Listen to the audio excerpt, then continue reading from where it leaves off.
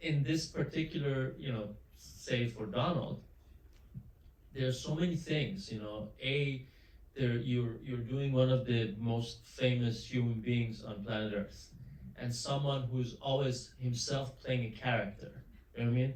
So he's an actor. You're doing an actor who's an actor, and also there's a whole physical resemblance. There's a whole aspect of a person being very polarizing. So it's not only a part, and it's not only skills, which is also, and part of my process is also like to broaden it up as much as possible. And I'm like, okay, can it be, older? Can it be, thinner? Can it be taller? Can it be, it's like everything else that I'm thinking about. So at some point, actually, I was thinking, maybe there should be an actress playing Donald. Because, and the reason was like, I wanted to have this, strange sort of offness or awkwardness that you had. Like, if you look at Donald Trump's earlier, footage from 70s and 80s, especially like late, or in 70s, he's like very uncomfortable with camera, and he has this like, strange way of being. And I thought, there's gonna be a lot of prosthetics anyways, so maybe that's interesting. But it turned out to be obviously, that was not the case, and we tried it. But I think by trying that, you also learn something about the character you want to sort of depict.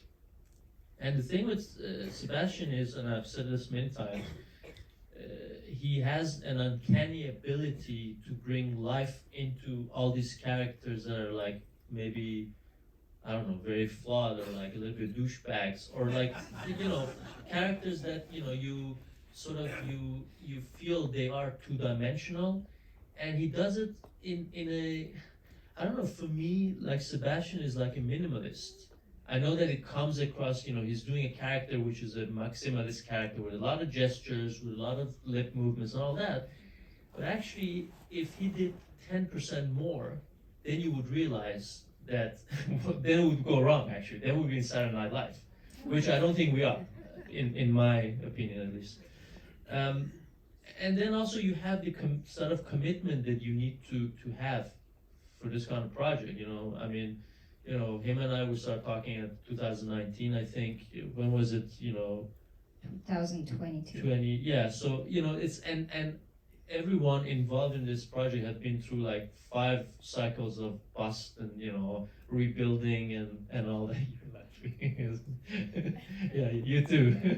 And if you don't have an internal motivation as well, you don't do that. This is all to say that it's not like, you get the list of people and start like, okay, how about Brad? How about Leo? How about Sebastian? That's not the way it works, It needs to be much more specific and much more sort of targeted, but also that person needs to have a big motivation to do this. And I think in Sebastian's case, he really had that as well.